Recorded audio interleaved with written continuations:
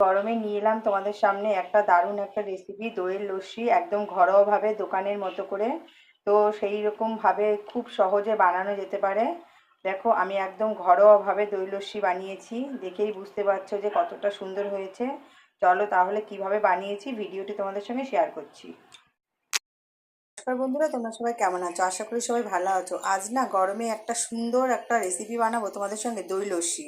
আর দই লস্যির জন্য নিয়ে নিয়েছি 200 গ্রাম দই। তো তোমরা যদি চাও পরিমাণে আরও বেশি নিতে পারো। এখানে নিয়ে নিয়েছি এলাচ, গোটা এলাচ। তোমরা চাইলে গুঁড়ো এলাচও ব্যবহার করতে পারো, কারণ এটা মিক্সিতে একদম করে নেবো।